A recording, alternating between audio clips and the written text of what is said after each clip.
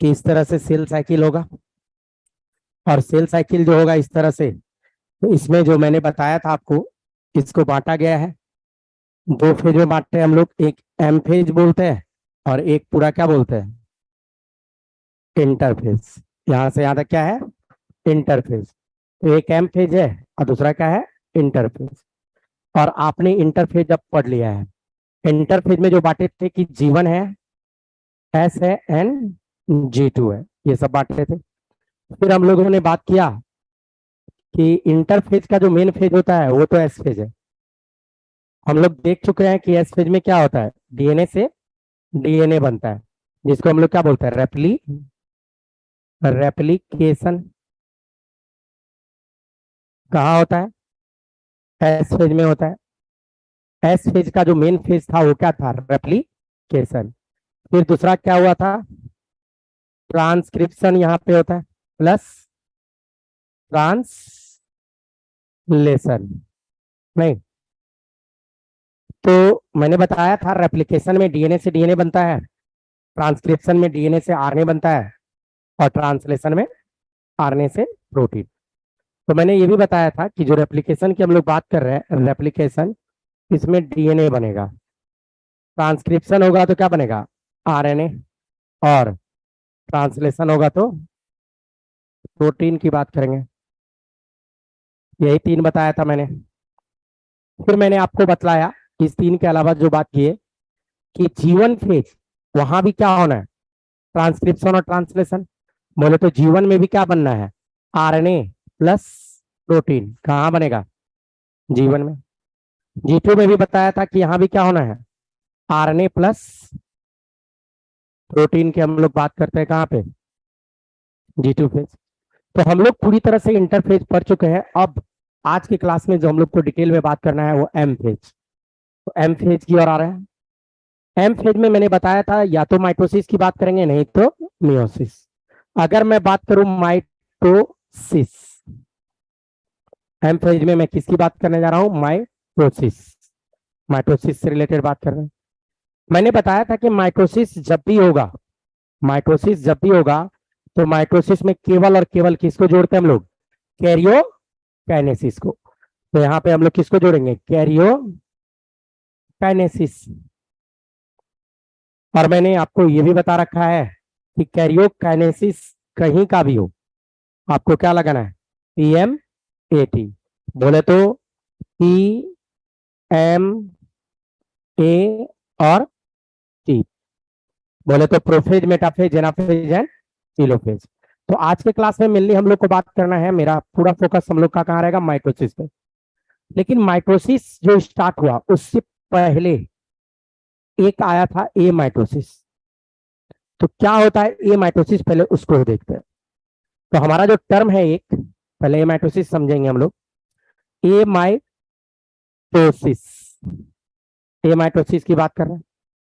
ए mitosis जो term है बच्चों, इसको अगर आप लोग तोड़िएगा तो उसमें दो टर्म आपको देखने को मिलेगा। एक क्या मिलेगा और दूसरा क्या मिलेगा, माइटोसिस। ए प्लस माइटोसिस क्या हो जाता है, ए माइटोसिस। मतलब हम लोग जो बात कर रहे हैं ए, और दूसरा क्या बोल रहा हूं, प्लस माइटोसिस। ए प्लस माइटोसिस क्या कहलाएगा, ए माइटोसिस की बात कर रहे हैं। नहीं, ए प्लस माइटोसिस मतलब ए माइटोसिस। ए बोले तो नॉट, ए का मतलब क्या हो गया, नॉट, और दूसरा क्या बोल रहा है, माइटोसिस। मतलब यहां पे जो बोल रहा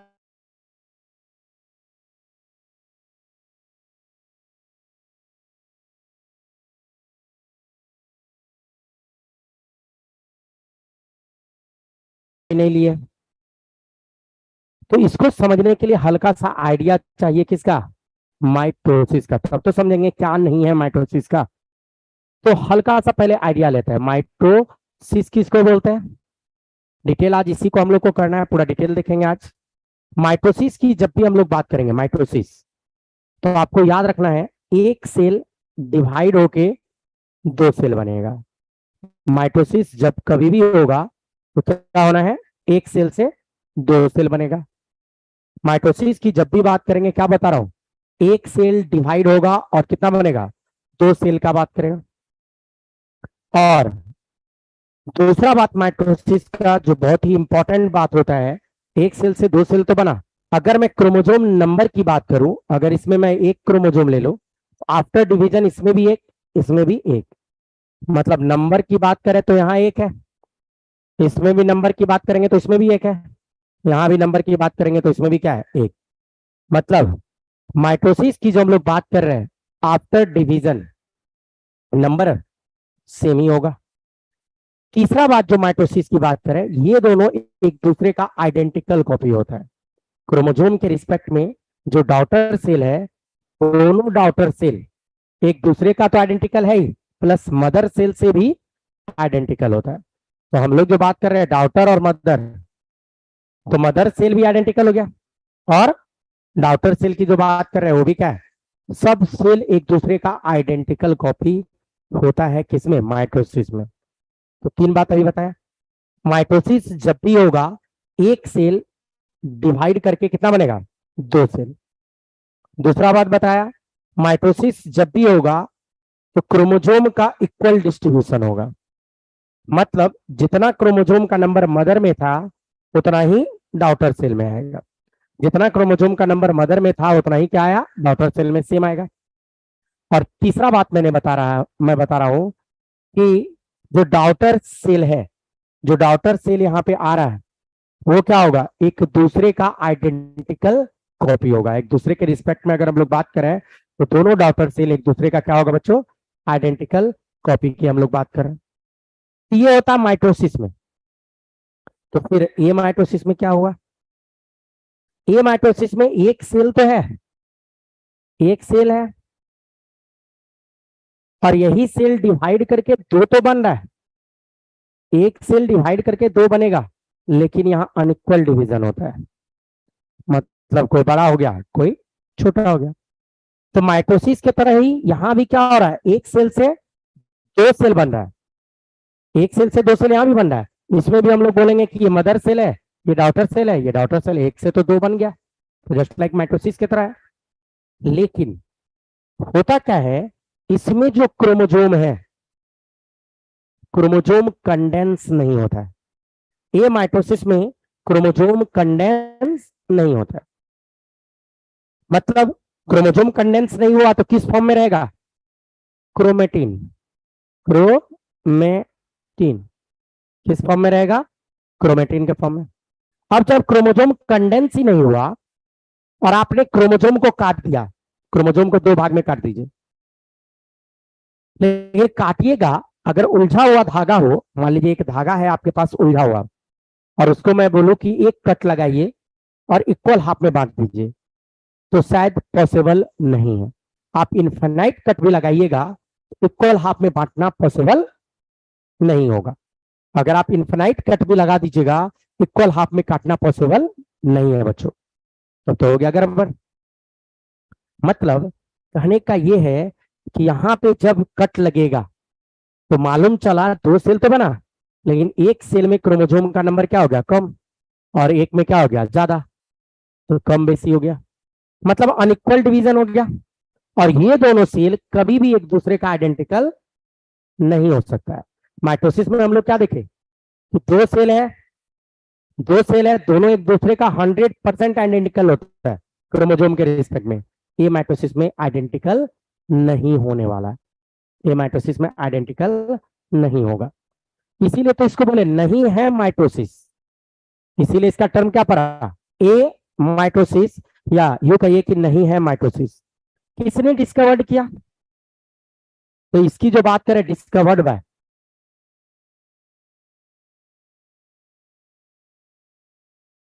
डिस्कवर्ड बाय रिमैक, क्या नाम था, रिमैक नाम के साइंटिस्ट हैं, इन्होंने ही डिस्कवर्ड किया। अलग बात है डिस्कवर्ड किए थे रिमैक, लेकिन जो स्टडी की बात करें, जो स्टडी किए थे वो फ्लेमिंग। रिमैक डिस्कवर्ड किए थे, और स्टडी जो किया गया था वो किसके द्वारा किया गया था, फ्लेमिंग के द्वारा। तो स्टडी बाय फ्लेमिंग आप लिख सकते हो। ये माइटोसिस में, ये माइटोसिस में क्या हुआ कि न्यूक्लियस इलोंगेट करेगा, दूसरा क्रोमेटिन क्रोमेटिन ही रह जाएगा, क्रोमोजोम में कन्वर्ट नहीं करेगा, और इक्वल हाफ में ये बढ़ जाएगा। कहाँ होता है ये माइटोसिस? अगर एग्जाम्पल की बात करें तो कार्टिलेज,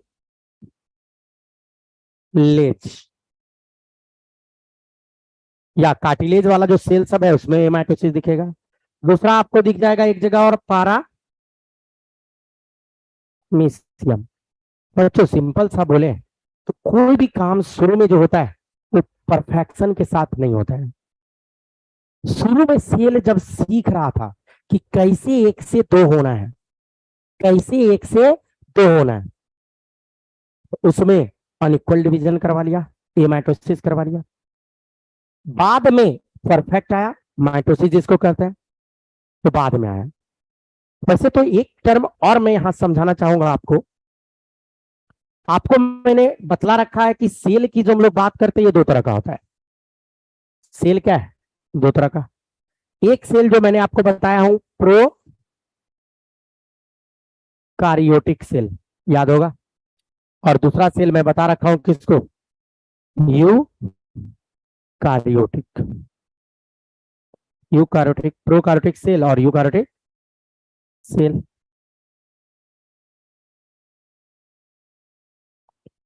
तो प्रोकार्योटिक सेल भी तो डिवाइड होता है, ये भी तो प्रोकार्योटिक सेल है, इसमें भी तो डिवीजन होगा। तो प्रोकार्योट का जो डिवीजन होता है, इस डिवीजन का नाम है binary division.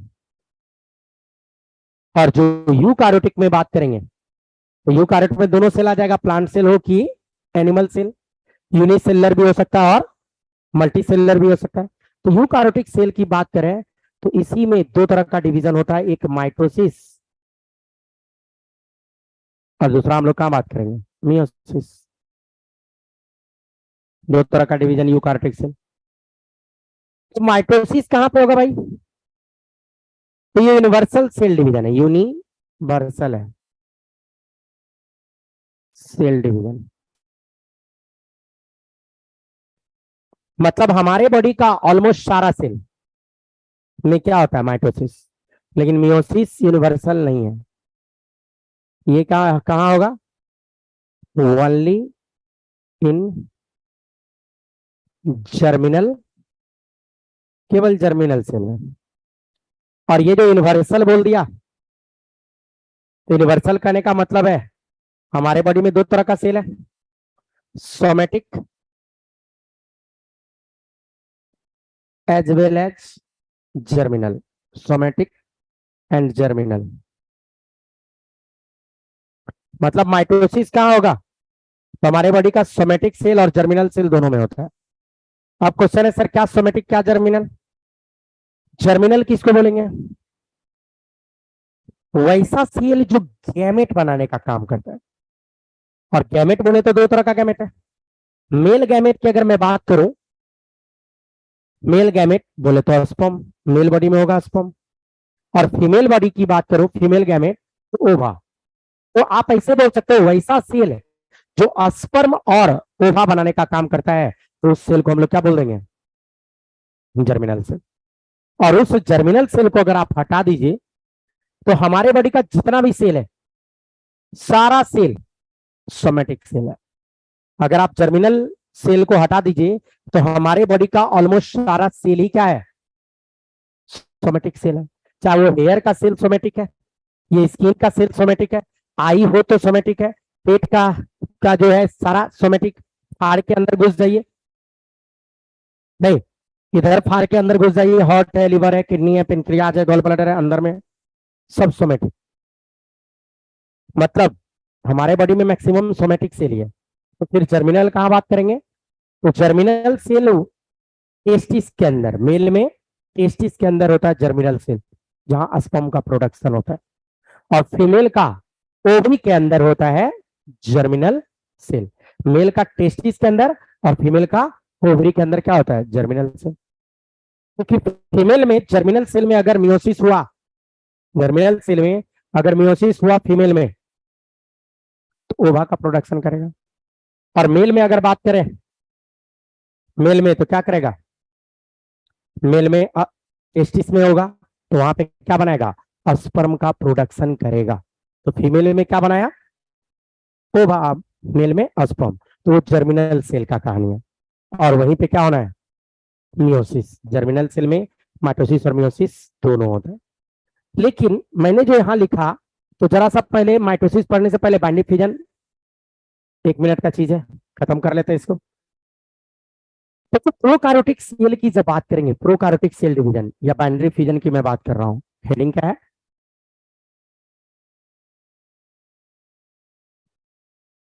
Binary fission. Binary fission में क्या होता है कि बैक्टीरिया, बोर्ड पे नजर रखिएगा आपको क्लियर हो जाएगा। बैक्टीरिया है तो इसका सेल वॉल है और इसका क्या है, सेल मेम्ब्रेन है। और बैक्टीरिया बोले तो प्रोकार्योट है, और प्रोकार्योट है तो इसमें क्या मौजूद है, सर्कुलर डीएनए। और आपको पता होना चाहिए डीएनए डबल स्टैंडर्ड होता है, डीएनए डबल स्टैंडर्ड होता है। हम लोग जो बात कर रहे हैं सर्कुलर डीएनए का, तो ये कैसा होगा, ये डबल स्टैंडर्ड यहाँ पे होता है बच्चों, डीएनए की जो बात कर रहे हैं, तो डीएनए डबल स्टैंडर्ड है। अब होता क्या है, जब ये बैक्टीरिया में ग्रोथ करेगा या प्रोकार्योटिक सेल जब ग्रोथ करेगा, तो ग्रोथ करेगा तो क्या होगा, अपने वाल को बढ़ाएगा, सीधा बोले तो अपने बॉडी साइज को बढ़ाएगा। और वाल जब बढ़ा तो इसका मतलब क्या और बढ़ेगा, मेम्ब्रेन भी बढ़ेगा। और मैंने आपको बता रखा है डीएनए होता है जेनेटिक मटेरियल, बिना डीएनए का किसी भी सेल का कल्पना करना थोड़ा मुश्किल है। नहीं, बिना डीएनए का आप सेल का कल्पना तक नहीं कर सकते, लाइफ का कल्पना भी नहीं कर सकते, डीएनए तो चाहिए, डीएनए तो चाहिए। कुछ वायरस है जो जेनेटिक मटेरियल की तरह आरएनए रखा है, लेकिन अगर उसको हटा दे, क्योंकि वायरस जो है कनेक्टिव लिंक बिटवीन लिविंग और नॉन लिविंग, दो को जोड़ने का काम करता है। वायरस लिविंग के बाहर है तो डेड है, और लिविंग के अंदर घुस गया, सेल के अंदर घुस गया तो लिविंग है, तो कनेक्टिव लिंक बोला जाता है। अब ये जो बढ़ा, साइज जो बढ़ा, तो डीएनए का देखिए दोनों स्ट्रैंड क्या हो रहा है, खिंचाता चला जा रहा है। डीएनए का दोनों स्ट्रैंड क्या हो रहा है, खिंचाता चला जा रहा है, और खिंचाते खिंचाते और खिंचा जाएगा। कहने का मतलब और साइज बढ़ गया, और अगर और साइज बढ़ा तो और खिंचाएगा, यही मेम्ब्रेन है। डीएनए का दोनों स्ट्रैंड खिंचा गया, एक स्ट्रैंड डीएनए का इधर आ गया, एक स्ट्रैंड इधर आ गया। बाद में क्या होता है, यही जो दो स्ट्रैंड बना और डेवलपमेंट होगा, तो सबसे पहले कोई भी लिविंग जो डिवाइड करेगा तो अपने डीएनए के अमाउंट को बढ़ाने का काम करेगा, तो यहाँ पे डीएनए बनाएगा। पहले तो अभी एक ही स्ट्रैंड है, और डीएनए जब भी बनता है पुराने स्ट्रैंड पे नया स्ट्रैंड का सिंथेसिस होता है। तो ये जो पुराना स्ट्रैंड है डीएनए का, इसी पे क्या हो जाएगा, नया स्ट्रैंड का सिंथेसिस, इसी पे क्या होना है, न्यू स्ट्रैंड बन जाएगा डीएनए का। ये पूरा डीएनए बन गया, क्योंकि डीएनए ऑलवेज डबल स्टैंडर्ड होता है। डीएनए की जब भी बात करेंगे तो क्या बात करेंगे बच्चों, डबल स्टैंडर्ड की हम लोग बात करेंगे। ठीक, अब क्या होगा जब इतना हो जाएगा, तो अब बीच में वाल है यहाँ, तो इस तरह से डिवाइड करेगा, और जो मेम्ब्रेन है तो इसके ऊपर इस तरह से फॉर्मेशन हो जाएगा। और यही जो हुआ, तो जरा देखिए ए सेल और बी सेल, या यूं कहिए कि एक डॉटर सेल ये हो गया, एक डॉटर सेल ये, मदर ये थी, ये क्या थी, मदर सेल। तो मदर सेल से क्या हो गया कि दो डॉटर सेल का जनरेशन कैसे होता है आपको पता चल गया। और यही प्रोसेस क्या कहलाता है, ये जो फिगर है किसका है, बाइनरी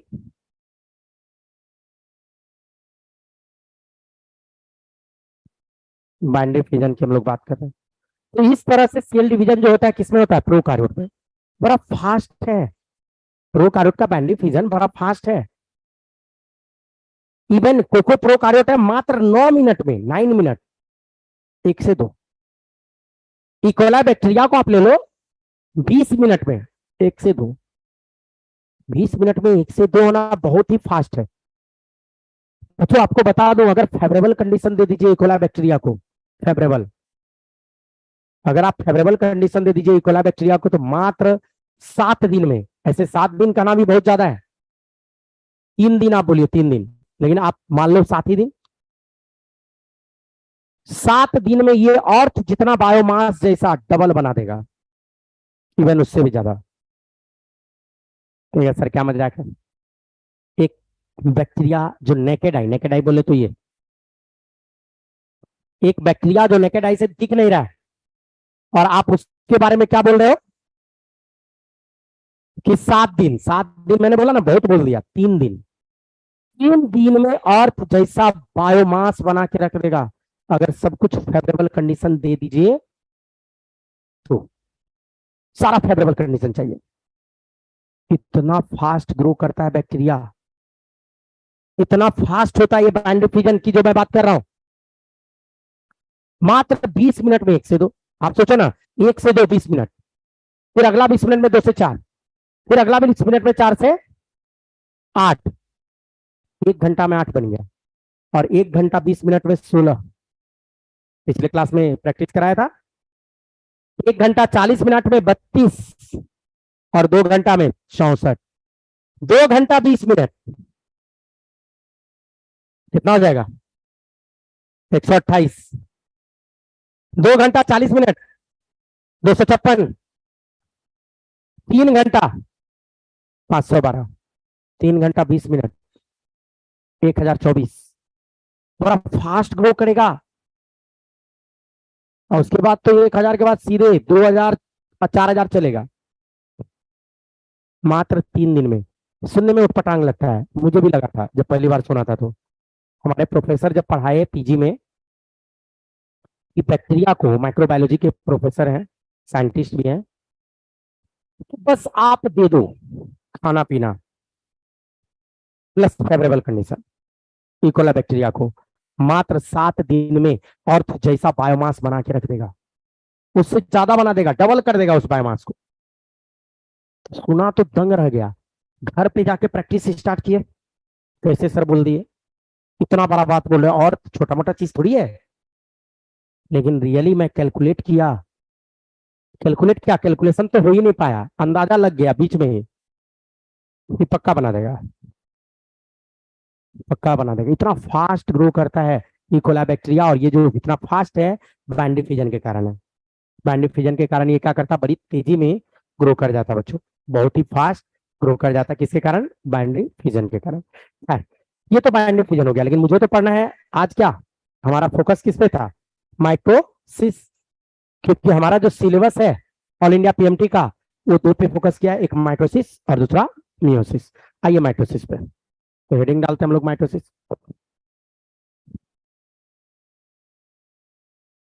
माइटोसिस की हम लोग बात कर रहे हैं, पहले जनरल बात कर लेते हैं माइटोसिस का कुछ।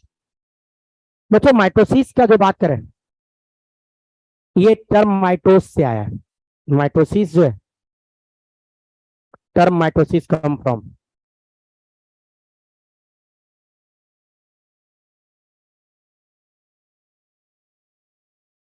टर्म माइटोसिस कम फ्रॉम, कहां से, माइटोस।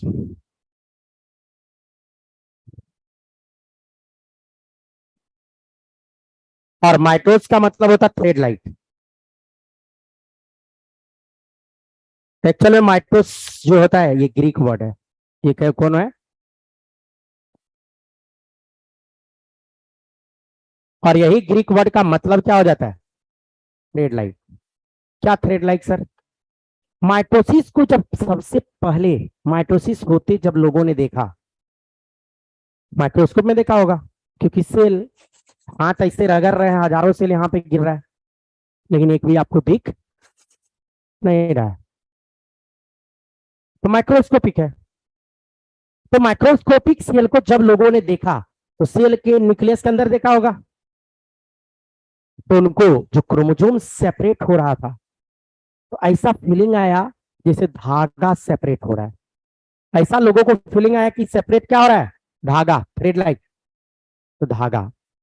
तो धागा के लिए टर्म क्या आता है, माइटोस, और उसी से क्या बन गया, माइटोसिस। मतलब सेपरेशन, थ्रेड, धागा की ये बात कर रहा है, तो सेपरेशन की ये बात कर रहा है बच्चों। माइटोसिस की जब भी बात करेंगे, माइटोसिस, तो कहां पे होगा माइटोसिस, तो जैसा कि मैंने पहले ही अभी लिखा था, माइटोसिस की बात करेंगे तो क्या बोलेंगे, यूनिवर्सल सेल डिवीजन है, मतलब यूनिवर्सल सेल डिवीजन है। हमारे बॉडी का कोई ऐसा सेल नहीं है जहां माइटोसिस नहीं होता है। और यूनिवर्सल बोल दिया तो somatic cell as well as germinal दोनों जगह पे क्या होता है, माइटोसिस। सोमेटिक में भी होगा और जर्मिनल सेल में भी होगा।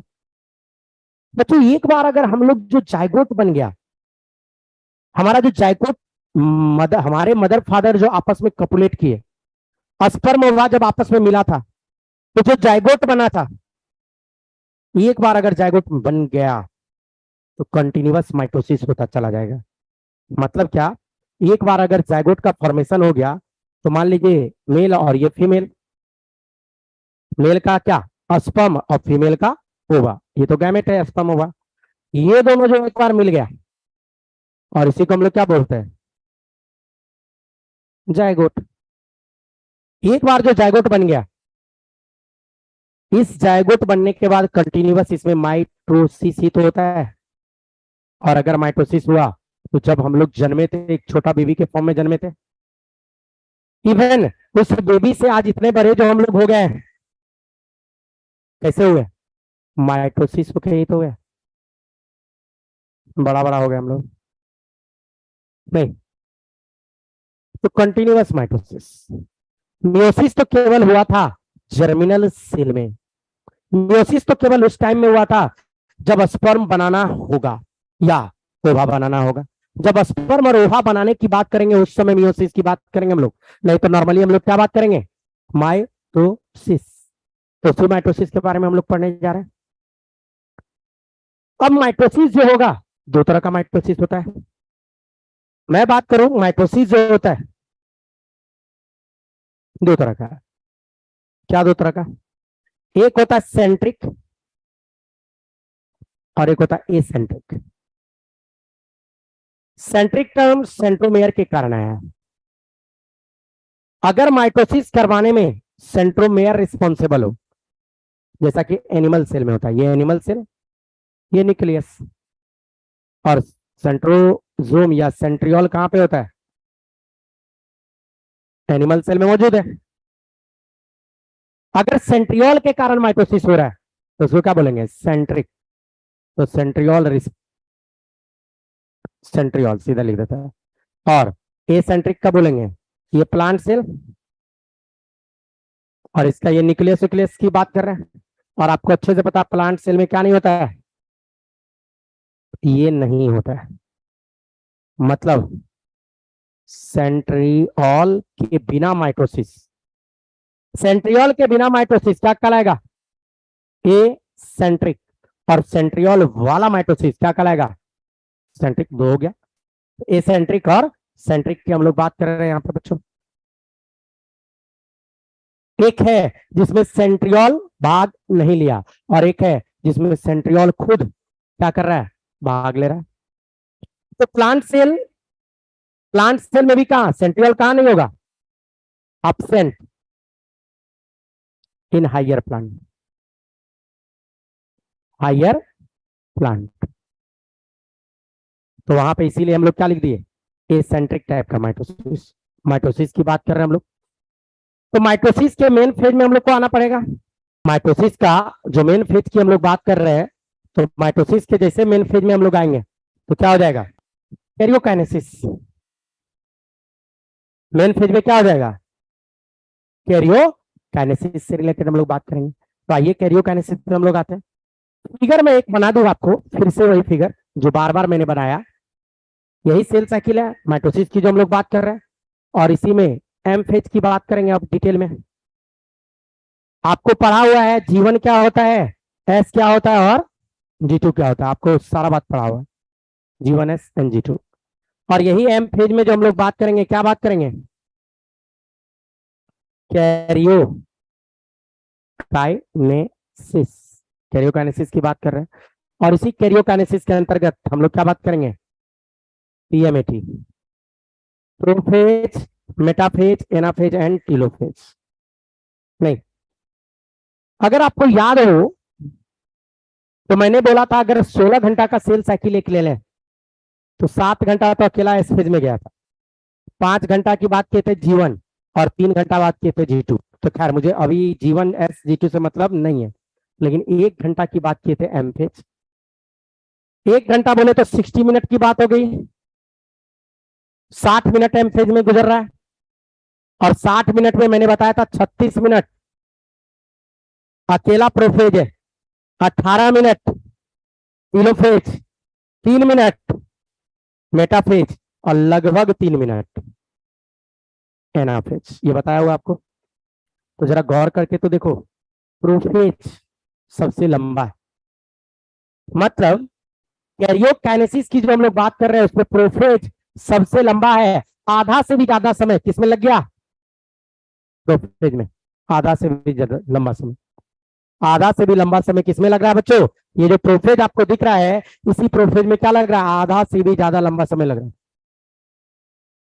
मोर देन 50% टाइम प्रोफेज में।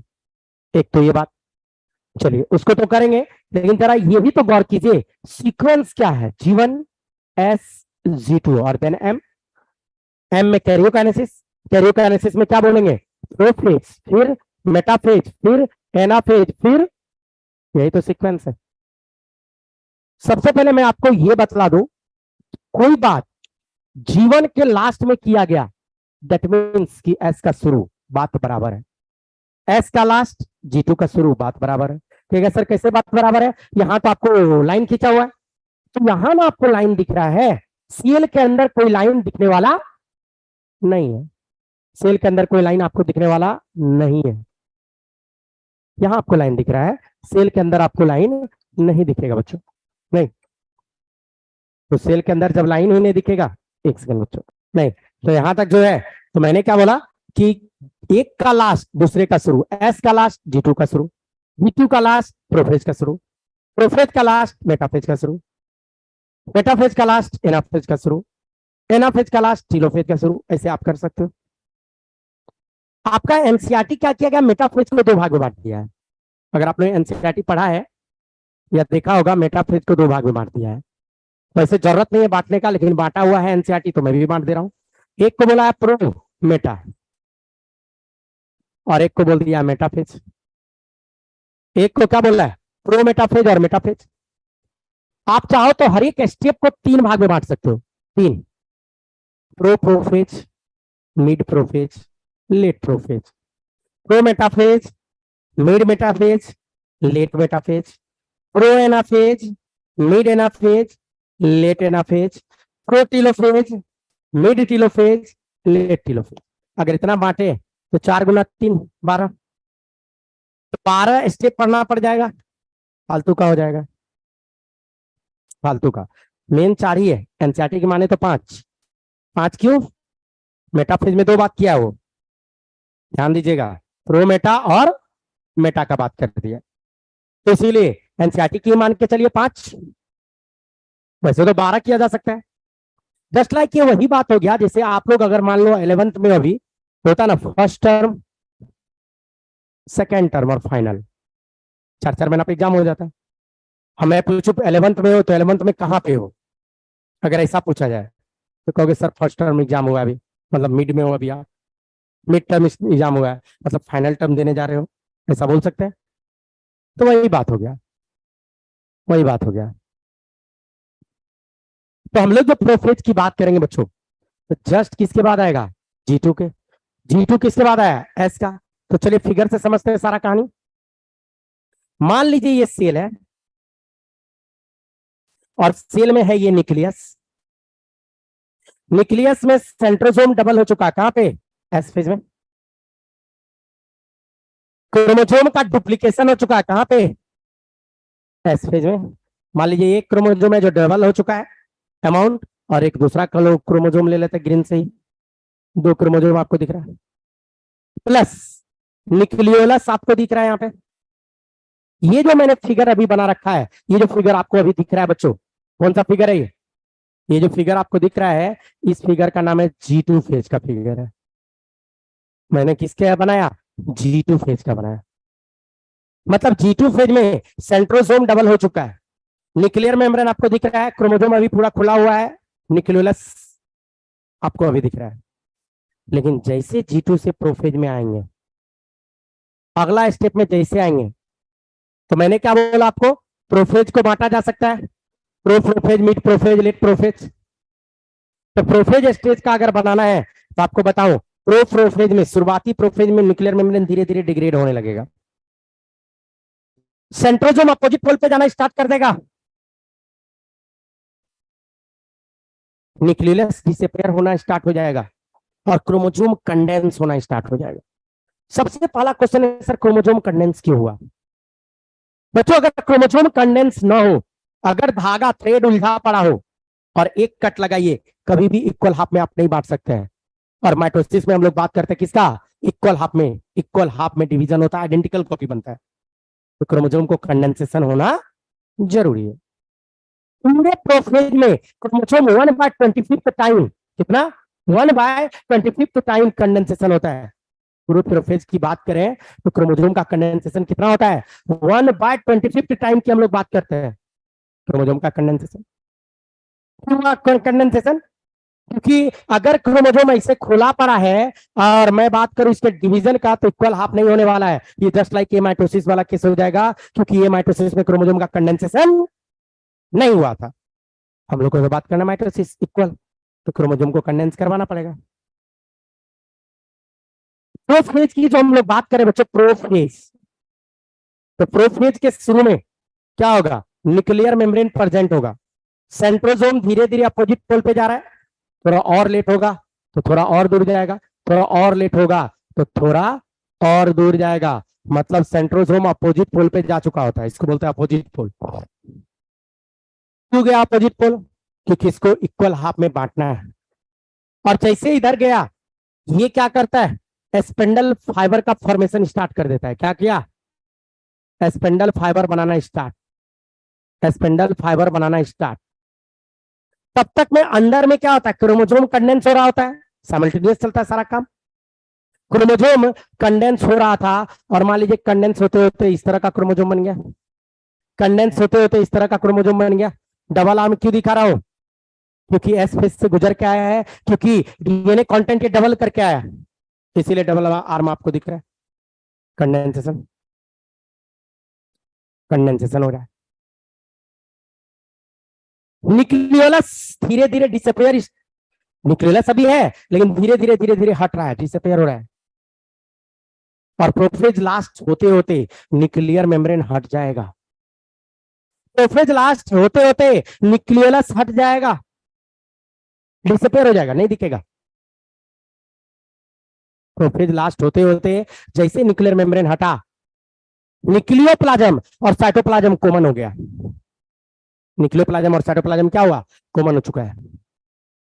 कहेगा सर न्यूक्लियर मेम्ब्रेन क्यों हटा, दूसरा बात, सेंट्रोजोम अपोजिट पोल पे क्यों गया, न्यूक्लियोलस कैसे हट गया, और क्रोमोसोम का कंडेंसेशन क्यों हुआ। एक एक करके रीजन देखते हैं।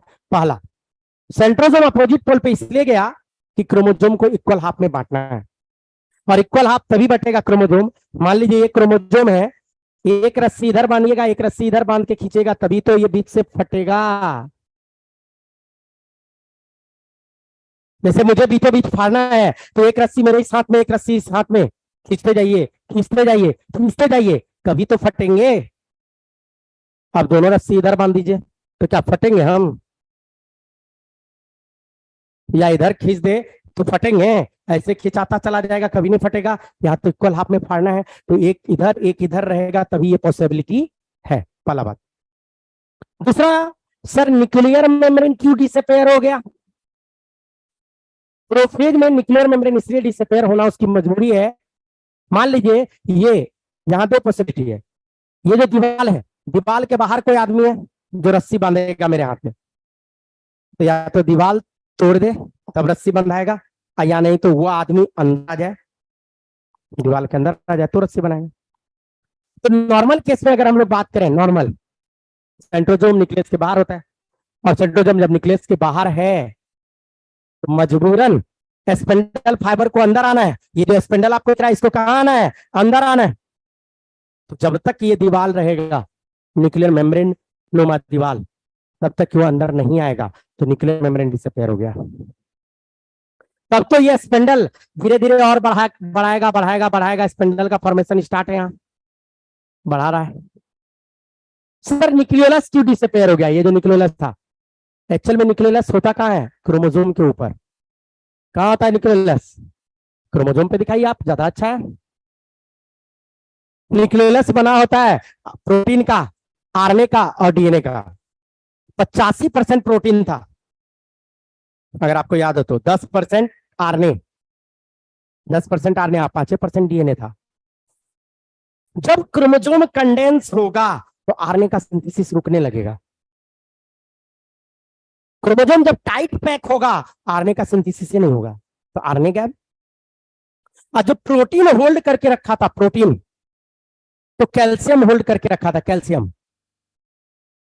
जो स्पेंडल फाइबर का फॉर्मेशन होता है ना, उसमें क्या होता है? कैल्शियम आयन की जो हम लोग बात करें, कैल्शियम का रिक्वायरमेंट होता है। और जैसे कैल्शियम आता जाएगा आता जाएगा आता जाएगा, कैल्शियम आयन जैसे यहां से निकलता जाएगा निकलता जाएगा निकलता जाएगा, जैसे जैसे कैल्शियम यहां से निकलेगा, ये धीरे धीरे धीरे धीरे डिसइंटीग्रेट कर जाएगा। वो धीरे धीरे धीरे धीरे क्या होगा? डिसइंटीग्रेट कर जाएगा, पता ही नहीं चलेगा। तो प्रोफेज लास्ट होते होते न्यूक्लियस डिसअपेयर। क्या क्या हुआ? सेंट्रोसोम का अपोजिट पोल पे जाना, न्यूक्लियर मेम्ब्रेन का डिसअपेयर होना, न्यूक्लियस का डिसअपेरेंस होना और क्रोमोसोम का कंडेंसेशन। प्रोफेज में कितना क्रोमोसोम कंडेंस करेगा? तो आपको याद रखना है 1/25th टाइम। मतलब अगर क्रोमोसोम का लेंथ 100 मीटर है, तो आफ्टर प्रोफेज वही क्रोमोसोम आपको 4 मीटर का दिखेगा।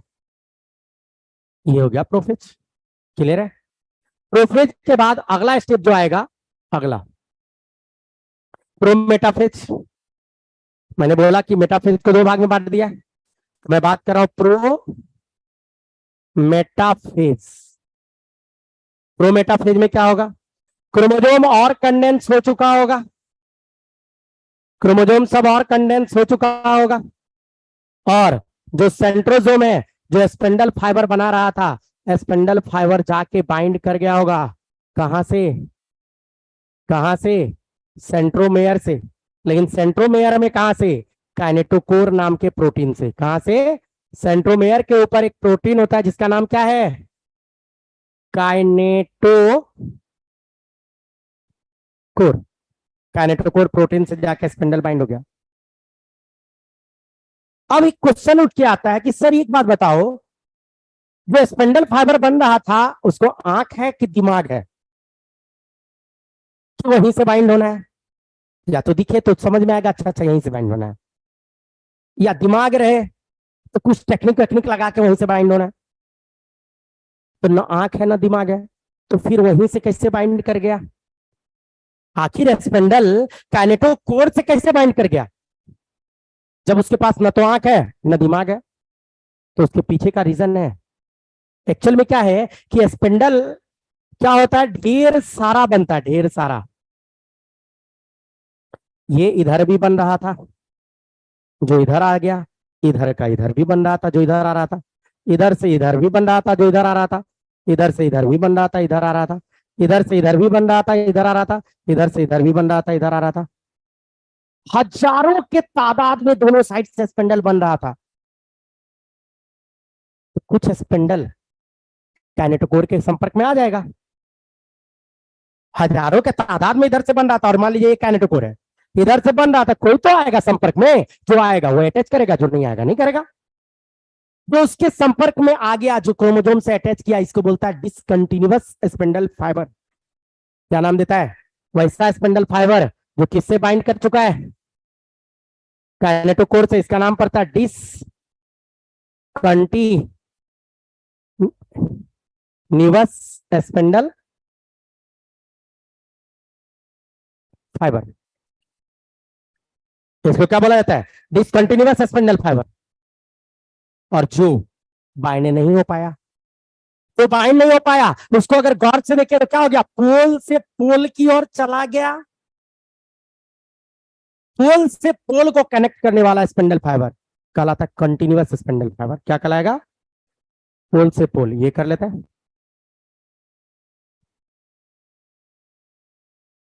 कंटिन्यूअस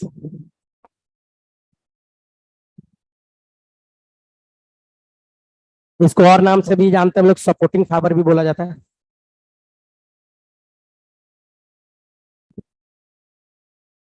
तो सपोर्टिंग फाइबर के नाम से भी जाना जाता है। सपोर्ट कर लिया। अब क्या है, क्रोमोसोम को ये खींचेगा, ये खींचेगा, ये खींचेगा, ये खींचेगा, खिंचाता नहीं स्टार्ट। लेकिन उससे पहले एक चीज और देखिए, स्पिंडल फाइबर के टिप पे, लोली पे मैंने लिखा है क्या, प्लस। इसका मतलब क्या है, और इधर लिखा हूं माइनस। इसका मतलब क्या है, प्लस का मतलब है पॉलीमराइजेशन फास्ट चल रहा है, पॉलीमर तेजी से बनता जा रहा है, इसीलिए क्या लिखा गया, प्लस। प्लस का मतलब है पॉलीमराइजेशन फास्ट हो रहा है। और जो माइनस रीजन लिखा हुआ है उसका मतलब है डी पॉलीमराइजेशन फास्ट हो रहा है। प्लस का मतलब है पॉलीमराइजेशन फास्ट, और माइनस का मतलब है depolymerisation fast. Clear. Polymerisation tubulin protein का पॉलीमर बनेगा तब तो स्पिंडल बनेगा। आखिर स्पिंडल आ कहां से गया, एक्चुअल में ये जब मोनोमर में रहता है तो प्रोटोप्लाज्म में इसका प्रोटीन घुला पड़ा रहता है, और इसका प्रोटीन कहां बनाता है, ये ट्यूबुलिन प्रोटीन G2 फेज में। प्रोटीन कहां बना लिया था, G2 फेज में बना के रखे हुए था, लेकिन दिख नहीं रहा था। लेकिन वही जब एक के बाद एक, एक के बाद एक, एक के बाद एक, एक के बाद एक, एक के बाद एक, जस्ट लाइक एक मोती और मोती का माला। मोती का माला क्या हो गया, पॉलीमर हो गया, पॉलीमराइजेशन हो गया, दिखने लगा, बड़ा हो गया, तो दिख रहा है।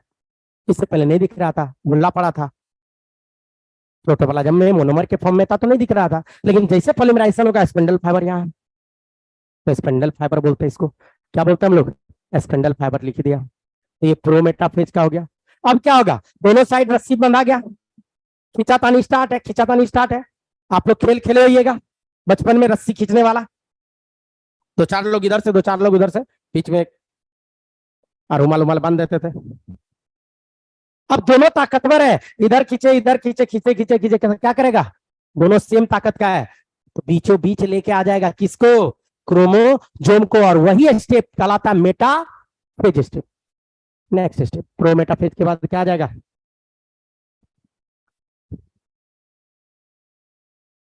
क्या आ जाएगा बच्चों, मेटाफेज। तो यहां मैं बना देता हूं बगल में, मतलब मैं बात कर रहा हूं किसका, मेटाफेज।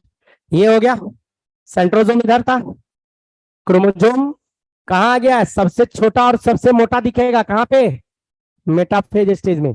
क्रोमोजोम की जो बात करें, सबसे छोटा और सबसे मोटा कहां दिखना है, मेटाफेज स्टेज में क्रोमोजोम सबसे छोटा और सबसे मोटा। और भी स्पिंडल है लेकिन मैं यहां नहीं दिखा रहा हूं, क्या कि स्पिट हो जाएगा फिर, मेटाफेज। और भी स्पिंडल है, कंटिन्यूअस वाला होगा, हम दिखा नहीं रहे फिलहाल। खिंचातानी चल रहा था, उसको बीचों बीच लेके आ गया। क्रोमोसोम सबसे छोटा और सबसे मोटा दिखता है मेटाफेज स्टेज में, इसको बोलता है इक्वेटोरियल प्लेट पे लेके आ गया, ये एक डॉट लाइन। इक्वेटोरियल प्लेट कहां पे, तो देखिए इसके परपेंडिकुलर होगा, इसके परपेंडिकुलर, ये अगर ऐसे मिला दूं तो उसके क्या है, ऊपर से परपेंडिकुलर पे आ गया, लेके आ गया है, मेटाफेज स्टेज है। बच्चों एक क्वेश्चन आता है, क्रोमोसोम को अगर आपको गिनना हो, काउंट करना हो, तो कौन सा फेज को आप लोग प्रेफर कीजिएगा, तो क्रोमोसोम के काउंटिंग के लिए हम लोग प्रेफर करते हैं किसको, मेटाफेज स्टेप को। मेटाफेज स्टेप को क्रोमोसोम के काउंटिंग के लिए प्रेफर किया जाता है, मेटाफेजिक स्टेज बेस्ट दिखेगा, सबसे छोटा और सबसे मोटा दिखेगा, क्लियर दिखेगा, काउंटिंग वहां आसानी से हो सकता है। एक क्वेश्चन आता है कि माइटोसिस को कहां देखा जाए, माइटोसिस को देखना है तो प्लांट में देखिए, माइटोसिस होते अगर आपको देखना है तो प्लांट में देखिए, प्लांट के रूट सेल पे देखिए, रूट के मेरिस्टेमेटिक सेल पे देखिए, और सबसे आसान देखना है प्याज, ओनियन, ओनियन के रूट के टिप पे देखिए, ओनियन के रूट पे जो मेरिस्टेमेटिक सेल है वहां माइटोसिस होते देखिए, आसानी से सारा स्टेप दिखेगा, प्रोफेज भी दिखेगा, मेटाफेज भी दिखेगा, एनाफेज भी दिखेगा, टीलोफेज भी दिखेगा, इवन साइटोकाइनेसिस अलग से जो प्रोसेस है वो भी दिखेगा, हर एक स्टेप आप देख पाओगे ओनियन के रूट टिप पे। कैसे देखता है, प्याज तो देखे होगे आप लोग, मान लीजिए एक बीकर ले लीजिए या घर में ग्लास से ले लीजिए, ग्लास को लबालब पानी से भर दीजिए, छोटा ग्लास, उसके ऊपर प्याज रख दीजिए, प्याज सीधा करके रख दीजिए, मतलब रूट पानी में होना चाहिए, एक सप्ताह छोड़ दीजिए, एक सप्ताह बाद निकाल के देखिएगा उसका रूट बढ़ जाएगा। रूट बढ़ गया मतलब क्या, वहां सेल डिवीजन चला है, क्या किया जाता है, उस रूट को काटा जाता है, एक टेस्ट ट्यूब लिया जाता है, उसमें डाल दिया जाता है, टेस्ट ट्यूब में जिम्सा डाई डाल दीजिए, जिम्सा जाए जी बेंडिंग पढ़ाया था सेल बायोलॉजी में, जिम्सा, डाल दीजिए, थोड़ा हीट कर दीजिए उसको। सब्जी नहीं बनाना है, ज्यादा हीट नहीं होना चाहिए, हल्का हीट। ज्यादा होने लगे तो वहां से हटा दीजिए। जैसे ये टेस्ट ट्यूब है, ये बर्नल है, फिर हटाइए, फिर ठंडा होने दीजिए, फिर रखिए थोड़ा देर तक, हीट कर दीजिए। हीट करने के बाद उसका रूट वाला ये निकालिए। ये जैसे मान लीजिए रूट है, तो इसका टीप पार्ट जो होगा ना, ये काट के हटा दीजिए, क्या कि रूट कैप। और इसके जस्ट बगल वाला पार्ट, ये पार्ट चाहिए, कहाँ पे चाहिए? स्लाइड के ऊपर। ये सारा काम कहाँ करेंगे? स्लाइड पे इसको रख के काम करेंगे, काटेंगे। टिप पार्ट को काट के हटा देना है, ये वाला बीच वाला पार्ट आपको चाहिए। और जब बीच वाला पार्ट आ जाए तो उसके ऊपर कवर स्लिप लगा दीजिए, ऊपर से कांच का कवर स्लिप। उसके बाद रूट जो है, रूट होता है ऑर्गेन। तो ऑर्गेन, आपको तो ऑर्गेन देखना नहीं, आपको तो सेल देखना है। तो उसको टिश्यू और सेल बनाना पड़ेगा। तो इसको ठोकिए, टैपिंग करना, tapping tapping tapping tapping tapping. फिर गर्म कीजिए, फिर ठोकिए, फिर गर्म कीजिए, फिर ठोकिए, फिर गर्म कीजिए, फिर ठोकिए, फिर गर्म कीजिए, फिर ठोकिए। बार बार कीजिए। लगभग 10 मिनट तक हम लोग टैपिंग करते थे। उसके बाद माइक्रोस्कोप लगा के देखिएगा तो सेल सब इसमें बिखरा पड़ा दिखेगा आपको। कोई भी सेल को फोकस कीजिए जिसको आपको दिखना है। आपको क्रोमोसोम आसानी से काउंट हो जाएगा। किस स्टेज में? मेटाफेज स्टेज है तो काउंटिंग होगा, और मेटाफेज स्टेज में सब एक लाइन से आके अरेंज हो जाएगा, इक्वेटोरियल प्लेट पे अरेंज हो जाता है। इसको क्या बोलता है?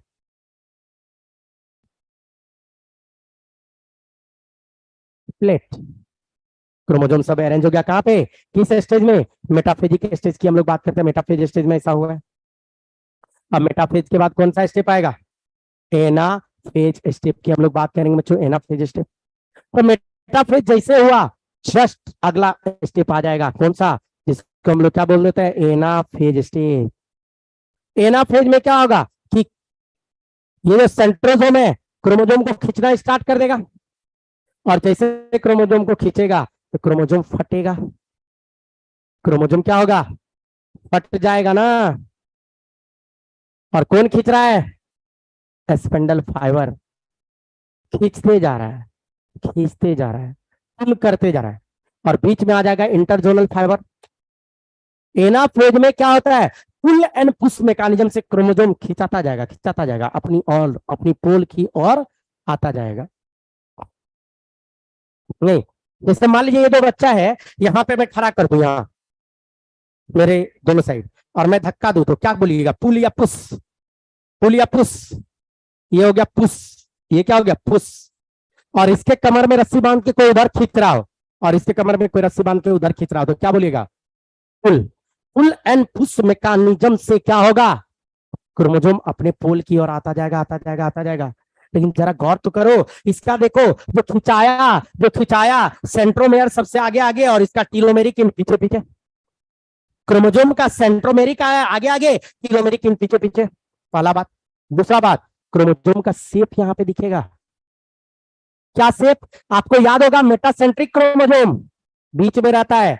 तो मेटासेंट्रिक को अगर मैं एक लाइन से ऐसे दिखाऊं, इसको पकड़ के खींचेगा तो कैसा दिखेगा? V shape. सब मेटासेंट्रिक एल शेप, नहीं, एक्रोसेंट्रिक और टीलोसेंट्रिक। आई शेप और जे शेप और आई शेप, जे शेप और आई शेप। मतलब क्रोमोसोम का अगर आपको शेप देखना है, किस स्टेज में देखेंगे? एनाफेज स्टेज में देखेंगे। लेकिन और एक बात बहुत गौर करने वाली बात है, और वो ये है, और वो ये बात ये है कि अभी तक देखिए कैगो क्रोमोसोम था इसमें? दो। इसमें कैगो हो गया? चार।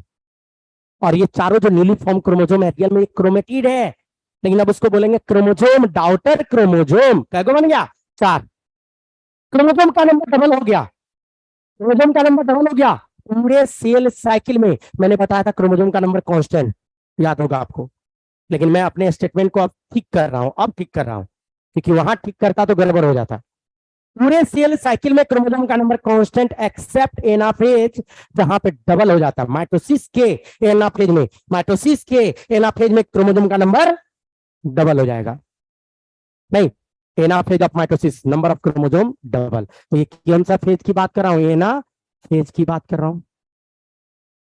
नहीं, तो क्या लिखूंगा? एना फेज ऑफ माइटोसिस, याद रखेगा माइटोसिस है number of chromosome are double, या इज डबल ज्यादा अच्छा है, इज डबल हो जाएगा। नंबर ऑफ क्रोमोसोम क्या हो गया एनाफेज में, डबल हो गया। एनाफेज के बाद कौन सा स्टेज, टीलोफेज। आपको बता दूं एनाफेज के लास्ट होते होते, एनाफेज के लास्ट होते होते प्रोसेस एक जो है साइटोकाइनेसिस वो स्टार्ट हो जाता है। तो बहुत सारा बुक लिखता है एनाफेज के लास्ट में और बहुत बुक लिखता है टीलोफेज के शुरू में। कुछ बुक लिखेगा एनाफेज के लास्ट में, कुछ लिखेगा टीलोफेज के शुरू में। क्या स्टार्ट हो जाएगा, साइटोकाइनेसिस वाला प्रोसेस। अब क्रोमोसोम खिंचाता खिंचाता खिंचाता खिंचाता कहां चला जाएगा, अपने पोल पे, अपने पोल पे। मतलब क्या कि ये सेल है, ये सेल है और और ये सेंट्रोसोम की बात कर रहे हैं और क्रोमोसोम खिंचा गया है, क्रोमोसोम खिंचा गया है। क्रोमोसोम खिंचाता हुआ इधर आ गया, इधर वाला इधर आ गया था, खिंचाता खिंचाता ये इधर आ गया था, ये इधर आ गया था, यही ना। क्रोमोसोम अपने पोल पे आ चुका है। लेकिन मैंने क्या बोला, मेटाफेज में सबसे ज्यादा कंडेंस दिखेगा, इसका मतलब एनाफेज से डीकंडेंसेशन स्टार्ट, क्रोमोसोम फिर से खुलना स्टार्ट। ताकि सबसे छोटा और सबसे मोटा क्रोमोसोम कहां पे दिखता है, मेटाफेज में। क्रोमोसोम का डीकंडेंसेशन स्टार्ट, तो डीकंडेंसेशन दिखाना है तो आप दिखा सकते हो कि इसका आर्म सब बढ़ने लगा भाई, इसका आर्म सब क्या हो गया, बड़ा होना स्टार्ट कर दिया, डीकंडेंसेशन स्टार्ट हो गया। इधर भी आर्म हम बड़ा बड़ा बना देते हैं दोनों का, सॉरी, आर्म बड़ा हो गया, इस तरह से आर्म बड़ा होने लगा। लेकिन मैं बात करने जा रहा हूं किसका, टीलोफेज का। तो टीलोफेज रिवर्स ऑफ प्रोफेज, जो बात आपने प्रोफेज में किया सबको पलट दीजिए। प्रोफेज में क्या बात किए थे, क्रोमोसोम का कंडेंसेशन स्टार्ट, यहां बोलेंगे डी कंडेंसेशन स्टार्ट, पहला बात। दूसरा बात क्या किए थे, न्यूक्लियर मेम्ब्रेन वहां डिसअपेयर हुआ था, यहाँ पे क्या हो जाएगा, अपेयर हो जाएगा, न्यूक्लियर मेम्ब्रेन का अपेयरेंस। वहां क्या बात किए थे, न्यूक्लियोलस डिसअपेयर हो गया था। क्यों डिसअपेयर हुआ था, क्योंकि क्रोमोसोम कंडेंस हो गया था, क्योंकि स्पिंडल फाइबर का फॉर्मेशन हुआ था तो कैल्शियम आयन वहां यूज हो गया था। यहाँ स्पिंडल का फॉर्मेशन खत्म, यहाँ स्पिंडल का फॉर्मेशन खत्म, यहाँ स्पिंडल नहीं है, खत्म हो गया, बचा नहीं है, तो कैल्शियम छोड़ दिया। और दूसरा डीकंडेंसेशन स्टार्ट ना, तो फिर से दिखने लग जाएगा क्या, न्यूक्लियोलस, न्यूक्लियोलस सब आपको यहाँ पे दिखने लग जाएगा। प्लस क्या था कि जो साइटोकाइनेसिस प्रोसेस हो रहा था तो टीलोफेज में और ज्यादा हो चुका होगा। टीलोफेज में क्या बात करेंगे, साइटोकाइनेसिस और ज्यादा हो चुका होगा। क्या कि साइटोकाइनेसिस कहां से स्टार्ट था, एनाफेज के लास्ट में या टीलोफेज के शुरू में साइटोकाइनेसिस स्टार्ट हुआ, तो ये इस तरह से हो गया। जरा गौर करके तो देखिए, सीएल एक है, न्यूक्लियस दो है, एक सेल दो न्यूक्लियस, डाइकार्योटिक स्टेज होता है टीलोफेज। कोई भी टीलोफेज स्टेज है वो डाइकार्योटिक स्टेज होगा। मतलब टीलोफेज की जो बात कर रहे हैं, टीलोफेज क्या बोलेंगे, डाइकार्योटिक स्टेज है। कैसा है,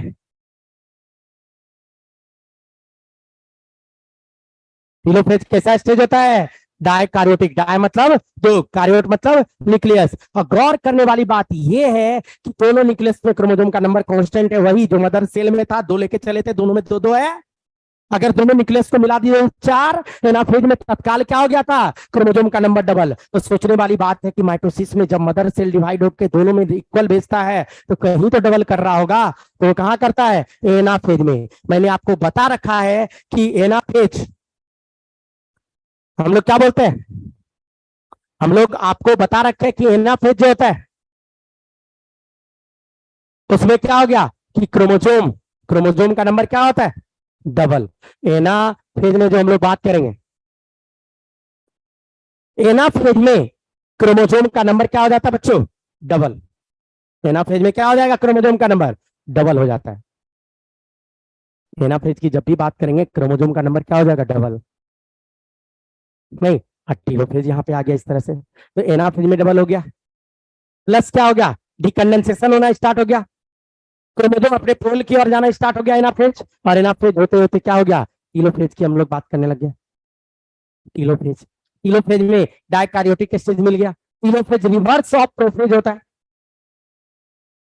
टीलोफेज क्या होता है, रिवर्स ऑफ प्रोफेज होता है। तो यहां तक हो गया टीलोफेज। और एक लाइन का है साइटोकाइनेसिस, टीलोफेज के बाद क्या होगा, साइटोकाइनेसिस। तो यही साइटोप्लाज्म का डिवीजन हो जाएगा। कैसे होगा उसको अगले क्लास में देखेंगे, कैसे होगा उसको अगले क्लास में देखेंगे। मतलब अगला स्टेप क्या है, साइटो देखते हैं नेक्स्ट क्लास में।